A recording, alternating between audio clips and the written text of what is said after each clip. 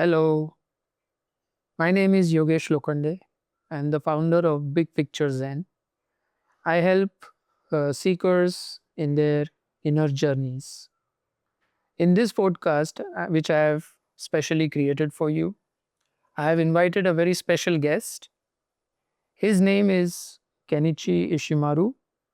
He is my teacher for Zen Counseling, and I'm very, very excited to have him in today's podcast. Today, we are going to go quite deep into what is Zen Counseling and how it works.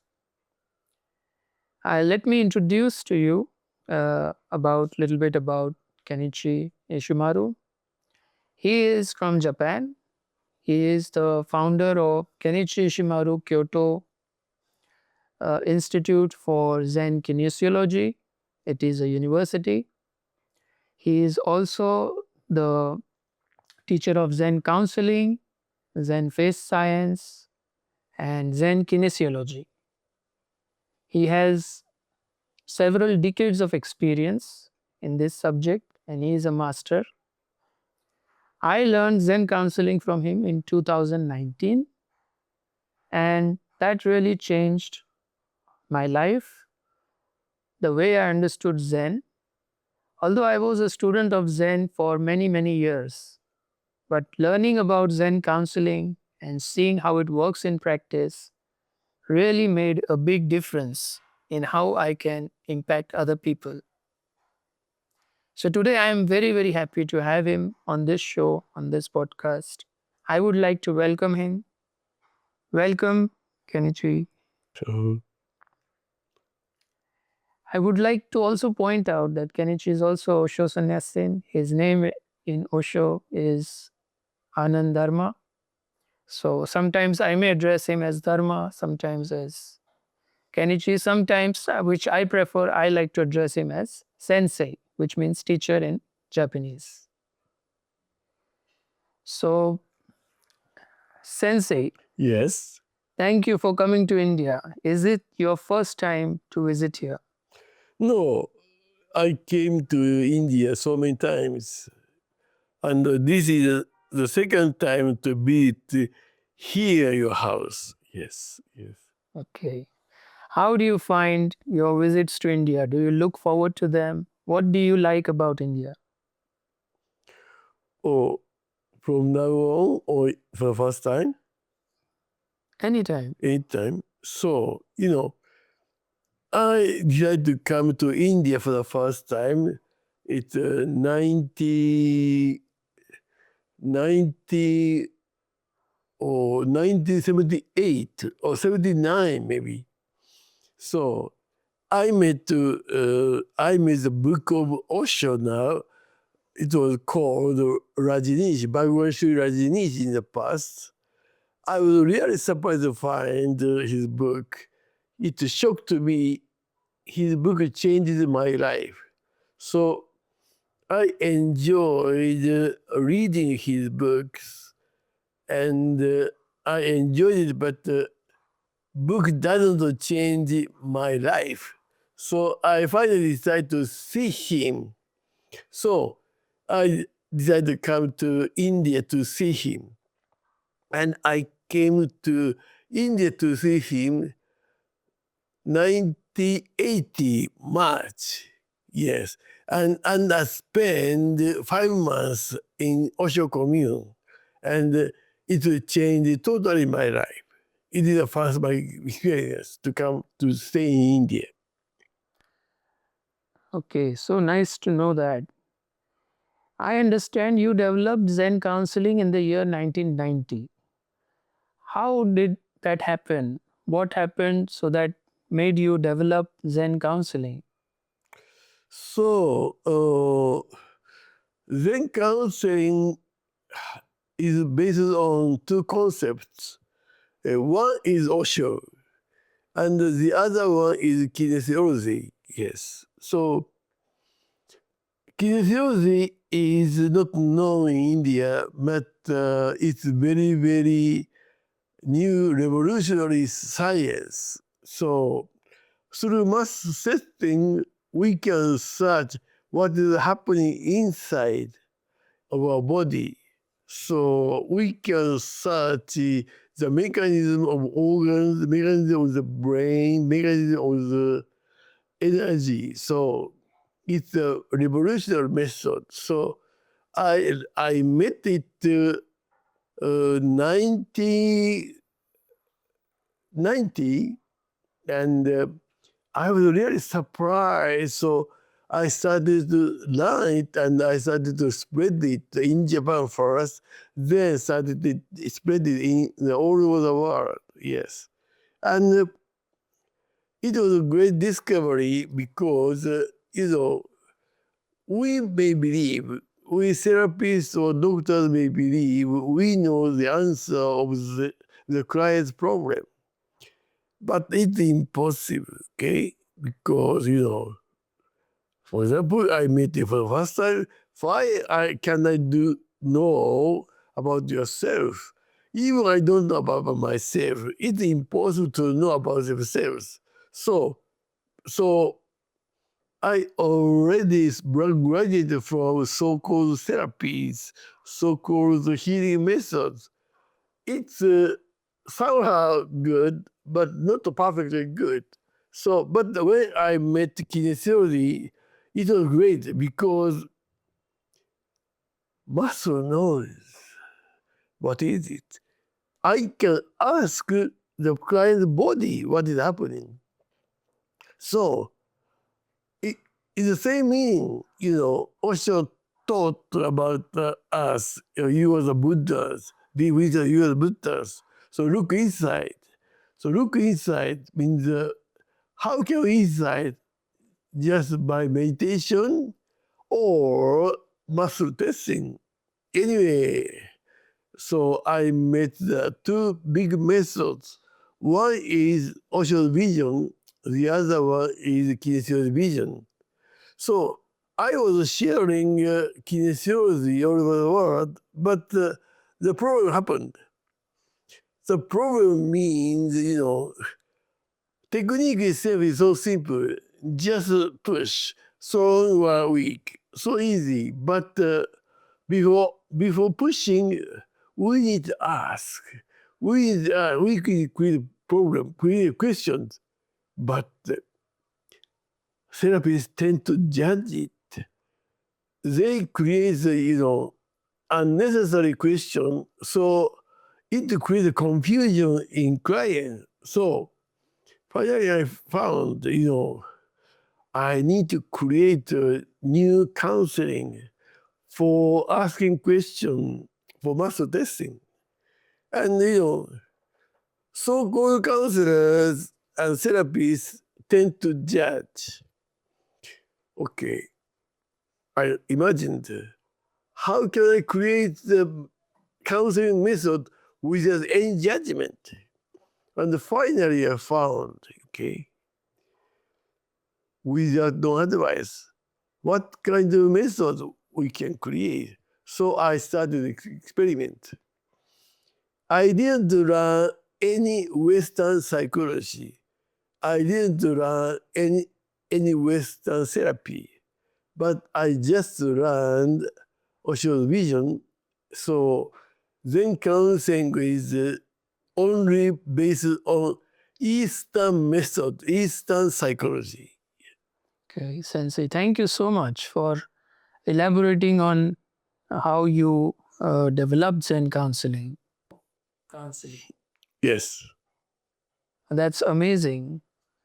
So, what is the main difference between Western form of counseling and the kind of counseling you came up with, which you call Zen counseling?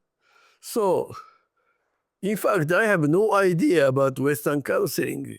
I've never learned any Western counseling. But, so when I was sharing as a kinesiologist, giving a session, so-called kinesiologist giving judgmental advice. So, and it destroys a good session of kinesiology. So, what is the problem? Yeah. The problem is therapist knows, counselor behave as if they know the answers of a client. It's totally stupid. It's totally stupid. So one day, one idea came into my mind. If everyone is a Buddha, even every client is a Buddha, is advice necessary? That idea came. So I started the experiment. Without any advice, the good counseling can be possible? Yes. It's my first experience. So I started without using any Western counseling, without any Western ideas, I started to create, I started to experiment a new method of counseling without any advice. This is the key. Wonderful. So you're saying that without giving advice, you are able to provide some counseling to the clients, and that is successful also. So, how does it really work? What is the methodology of uh, doing Zen counseling? So, no methodology, so-called Western counselors are just bullshit because they believe they know the client's answer. They must be crazy. They must be totally stupid. How can they know client's answer even without listening to them? Totally stupid. Finally, I understand. I don't know. I have no idea. But the client creates a problem. Then client knows the answer. Yes. To me, it's, my counseling, only normal counseling. Western counseling, crazy, stupid, dangerous counseling to me. Okay, but counseling, the word itself means giving advice. When I go to someone and say, give me your counsel, it means give me your advice. So, in a way, in Zen counseling, there is no advice. So, if you cannot give advice, how can you solve the problem? Yes, yes. So it is the first experiment to create Zen counseling. I thought if without any advice, what we can do? Yes, only three choices. Just one is listening. Second is repeating. Third one is asking questions. So I started most easy way is just listening. So I started experiment. I didn't give any advice. I didn't give any comment. I just listening. And I asked the client to keep talking for 10 minutes. Surprisingly, after talking, they found their answer by themselves. Yeah. Finally, I understand. Oh, this is good enough. Otherwise, it's not necessary. If a client talks, they find the answer by themselves. Yes, this is a reality. Wow, that's really amazing. And I would like to say that it's really um, something that works. I have experienced it myself also. Just allowing the client to talk is good enough. The client gets the time to become aware of the problem and comes to his own solution. So, Sensei, are you a Zen monk? No, I'm not a Zen monk. Do you follow Zen Buddhism? No. I'm not Buddhism. My family does not belong to any Buddhism. I learned Buddhism from Osho. My country, Japan, is basically a Buddhism country. So I know some ideas of Buddhism, but I'm not familiar. I'm not enthusiastic about Buddhism. I don't belong to any religion. Then why did you call this technique as Zen counseling? Yeah, it's a very strange, very curious history. Okay, so I I started to experiment this method. I didn't know how I should call. Okay, so first I don't give any advice. I should be neutral. So I called it neutral counseling in the beginning. Then I changed the name. Oh, I can deal with the stress. So I call it stress counseling. Okay. So then counseling, no, I didn't use it. Stress counseling or neutral counseling, I will use the word. Okay. So it's good in Japan. Curiously, I came to India, Osho commune, start teaching it. Okay. The word stress counseling and neuro counseling is good for Japanese people, but for Westerners, neuro counseling and stress counseling, does it mean? So I was so curious. So for the market reason, I created a new word, Zen counseling. The Western people are curious about Zen, so they will come to me to learn something new. So I put the name Zen Counseling. And finally, I accidentally I put it that name, but finally I understand Zen Counseling is the best name for my counseling. Yeah. History very strange, very funny. Yes. Yeah, that's really creative. I think Zen counseling is a very good name. It really works on the principles of Zen Buddhism in a way, even though you don't really have any components of Zen Buddhism in Zen counseling. It's all about listening and solving the problems. So, in Zen counseling, what kind of problems can be solved? Any kind of problem will be solved. I tried so many kind of client, and I am categorizing three big categories. Okay, one is called health and counseling. Then counseling can heal any kind of disease, any kind, even cancer, any kind of disease can be healed with Zen counseling. The second category is about money. People have a lot of stress about money, so I call it business Zen counseling. So business people can be used for counseling. And the third one is relationship. So, I call it love Zen counseling. So human relationship is complicated. So this is not so easy, but finally, love is the key to create a problem and solve the problem. So these three categories, any kind of problem can be solved. Any kind, any kind. Okay, so you are saying that there are three categories of uh, Zen counseling: health Zen counseling related to physical pain and issues, and business Zen counseling for maybe business concerns, and relationship counseling, which you call as love Zen counseling.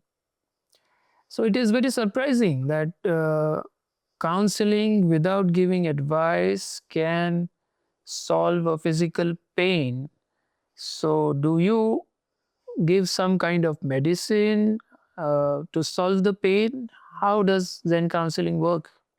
So no medicine, of course, no operation. So so-called doctors and practitioners do not understand the relationship between physical pain and awareness and energies. So where they don't understand the awareness and energy, they have to use some method. Their method is operation or medicine, okay? But all the disease comes from stress. Yeah. Some doctors understand it. Stress is very important, but they have not yet clarified the relationship between disease and stress. I totally finally found the relationship between disease and stress. Once stress was released, the disease disappears. This is my discovery. Okay, so you're saying that all diseases, all pains are related to stress. And if you solve the underlying stress, then the disease and the pain disappears. Yes. That's really a marvelous discovery, actually. And how long does it take? How long does a typical duration of treatment with Zen counseling last? Oh, it depends. You have so-called doctors just take 5 minutes or 1 minute or 2 minutes, just listen little and decide which medicine is good. So doctor can't do that because it depends how long my client talks. If they talk 1 hour, it takes 1 hour. If they talk 2 hours, it takes 2 hours. So my job is just listen. So it depends on how long they talk. Okay. Yeah. Don't expect a short result. So in just one session, the pain and the stress disappears? Yes. It may take hours, but it disappears. Yes, it disappears. No more pain. Wow, this is really amazing. Yeah. Okay. Okay. You say that in Zen counseling, every client must be seen as a Buddha, not as a patient. So, what is the difference when you see the client as a Buddha? What does it really mean? Basic meaning is I don't know the answer. Client creates a problem. Client knows the answer. So the so-called Western doctors and psychologists believe they know the answer. They must be stupid and crazy. Yes? So it's a big difference. Buddha means deep inside they know it. It's a big difference. Okay. So, by allowing the client to talk about his problem, you help the client to come up with their own solution, Yes. or at least identify the cause of their stress. This is a very interesting methodology. Sensei, Yes. I have seen you in action for so many cases, and I have seen that all your techniques are really magical and they really give results within half an hour or max 1 hour, depends on how long the client speaks. Is there any kind of problem that Zen counseling cannot solve? So, in fact, I don't solve. My client solve it by himself. But sometimes the client are not ready to see their problem. Okay, it takes time because I just allow them to talk their problem.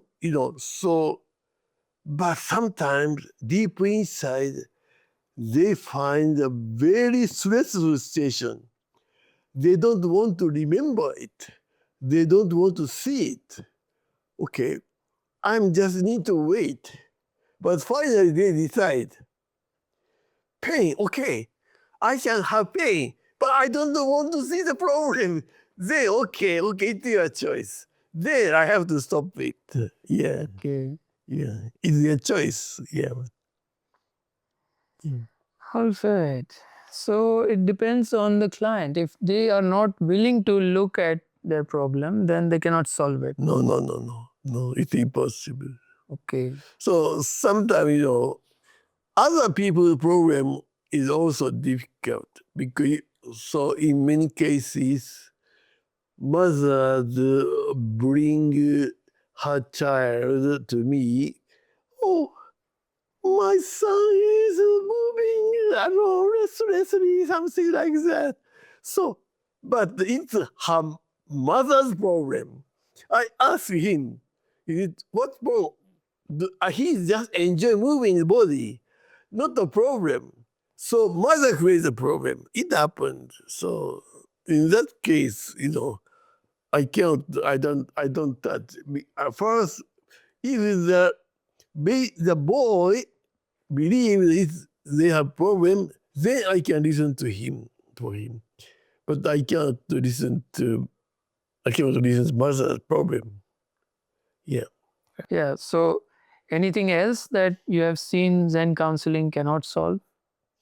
So,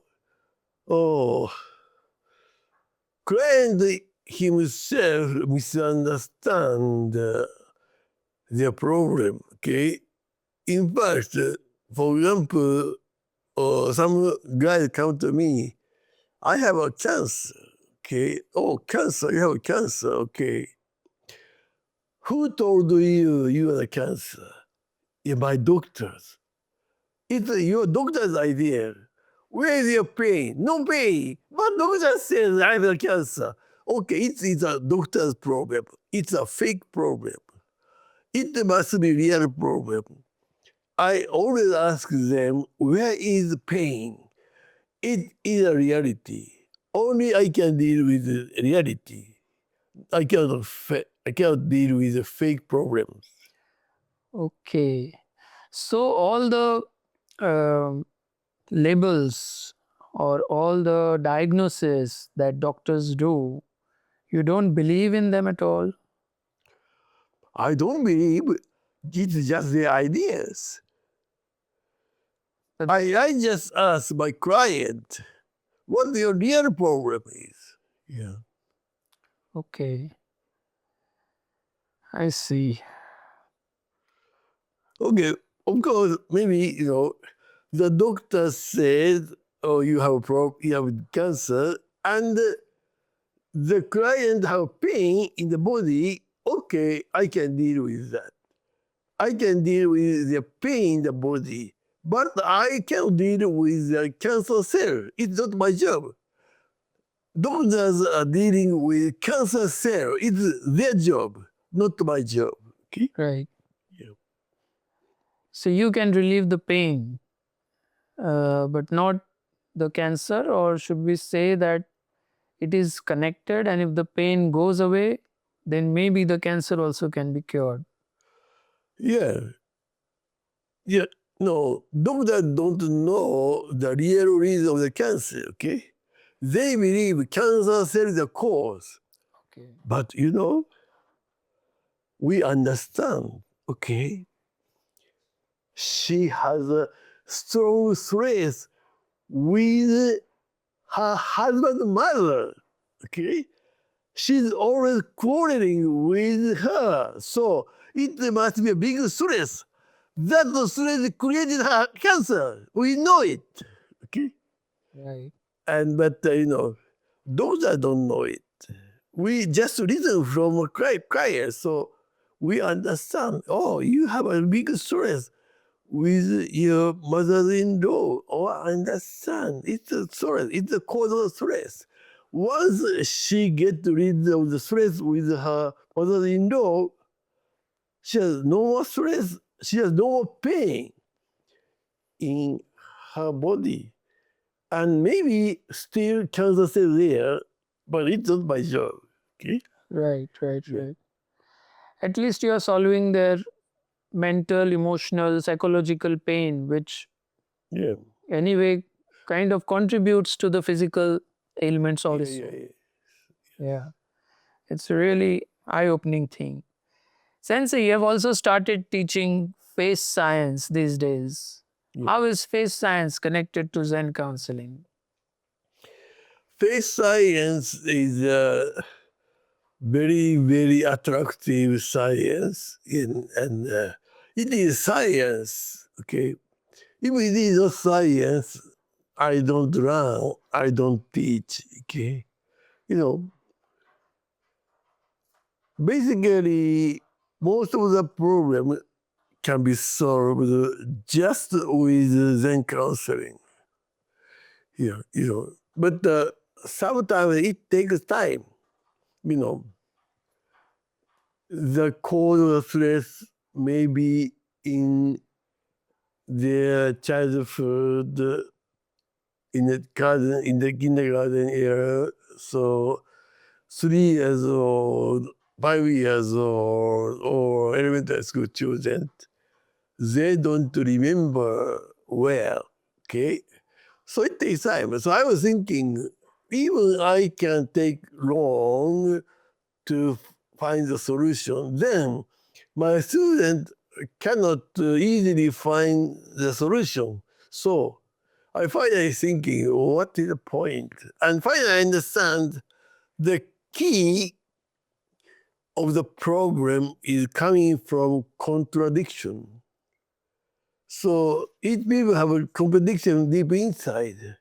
And once we found their contradiction, we can easily come to the solution.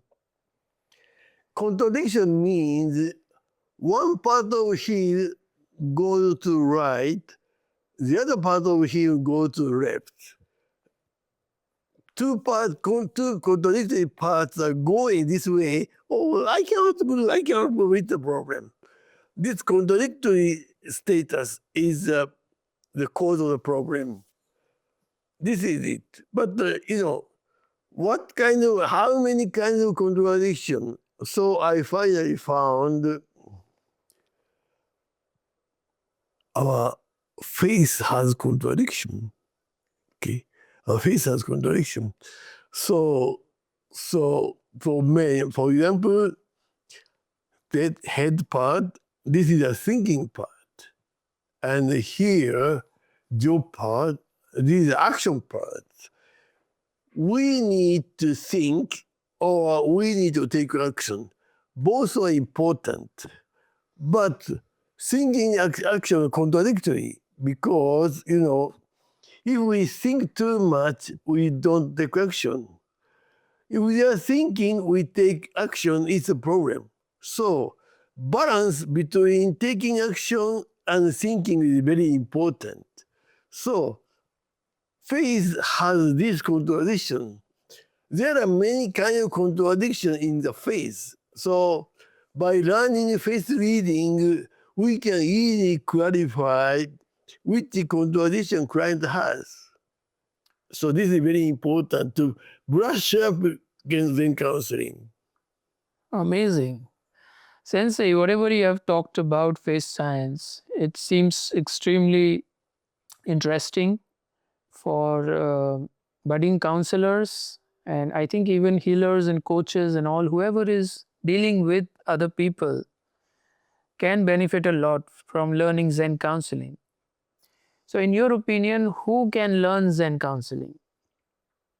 So, anyone can learn Zen counseling, and to anyone it should be effective. So but they don't believe counseling can be done without advice. Yeah, it's the people's belief system in the world. Okay, so if someone wants to learn Zen counseling, is it a 1 year course or 6 months? How long does it take to learn it? Okay, it's a good question. So I created it 4 days good enough. Only 4 days you can learn everything. But after that, you need to practice.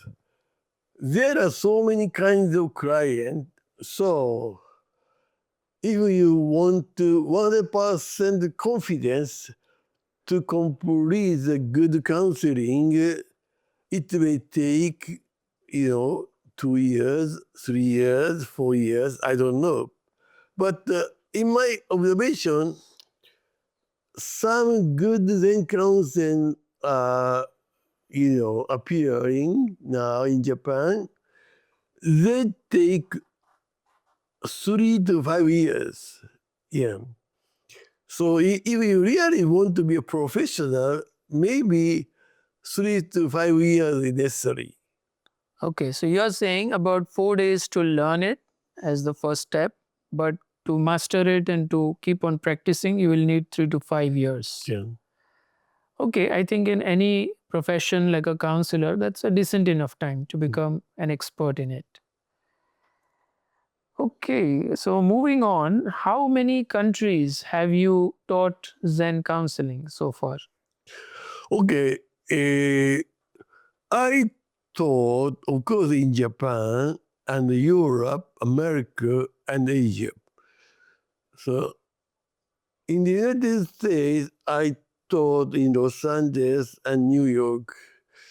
And in Europe, I often taught Germany, France, Switzerland, and Russia. I often visited Russia so many times.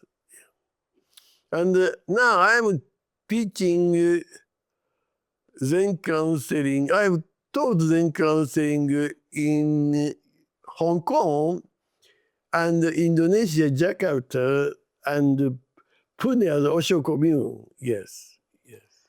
Oh, that's amazing. So, what is your vision? What is your long term vision for Zen counseling? How do you want it to grow? What do you see for Zen counseling in the future? I'm just waiting. Luckily and unluckily, Western counseling or Western psychology is totally bullshit.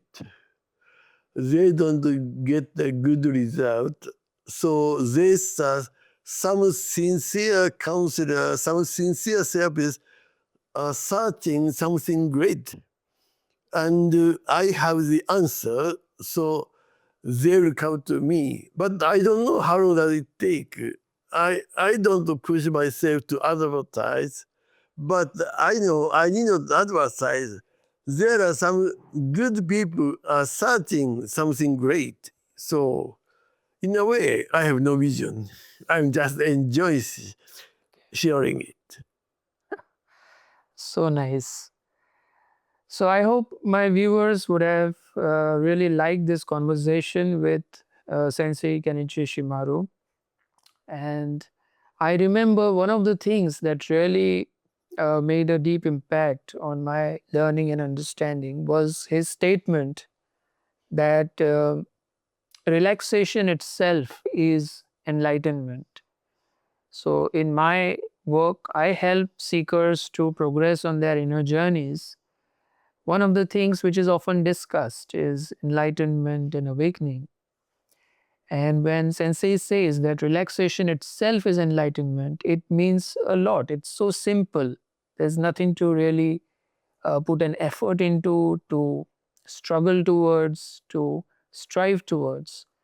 I would just like to end this podcast by asking him to throw some light on this. Sensei, Yes. what do you mean by relaxation is enlightenment? Oh, good. I'm a disciple of Osho. And Osho talked a lot about enlightenment.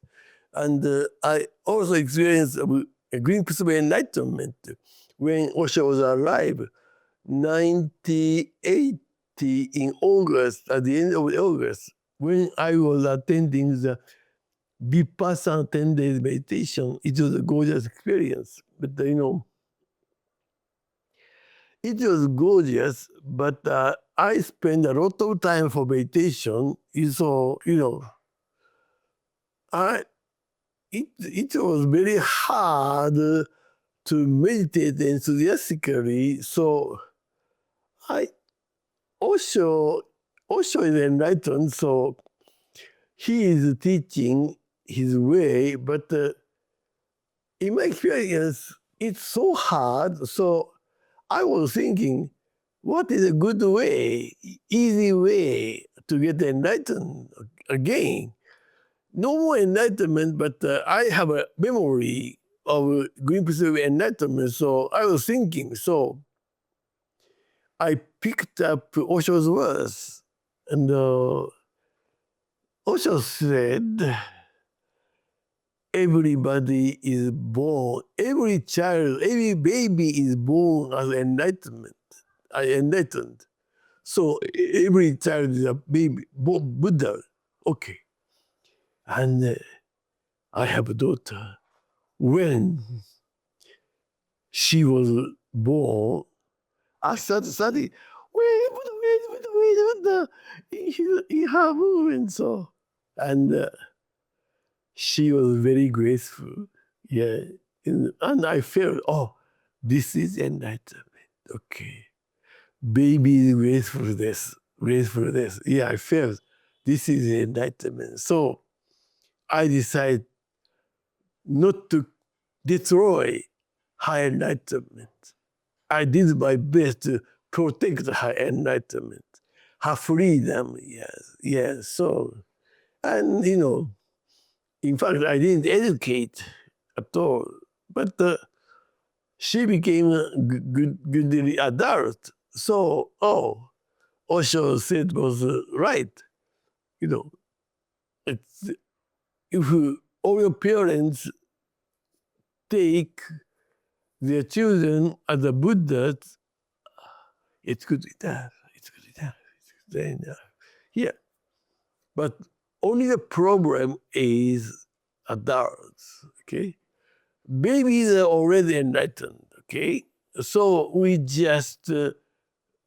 just protect their enlightenment. But what about stressful adults? What to do? Then, I learned kinesiology and I created Zen Counseling. So when I was teaching Zen Counseling, in the beginning, I am telling people, just listen. But finally I understood that just listen is not good enough. Okay.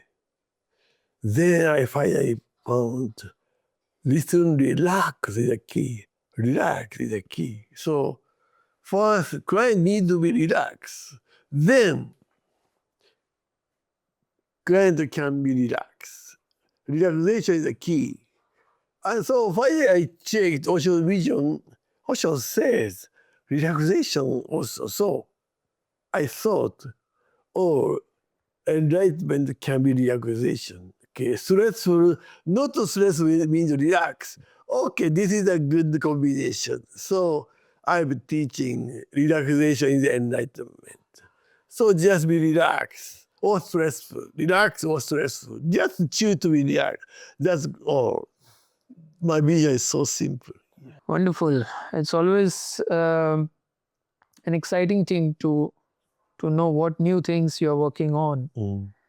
And it's always amazing to see how Zen counseling, being so simple, can also help clients to solve all their problems. Not just problems, but also relieve pain, which is a problem for so many people. So this has been a really informative session. Sensei, thank you so much.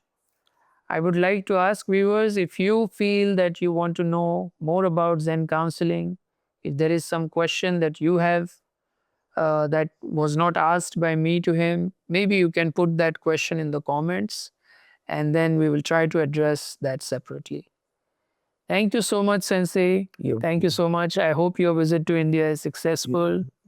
All the best to you. Thank you. Thank you.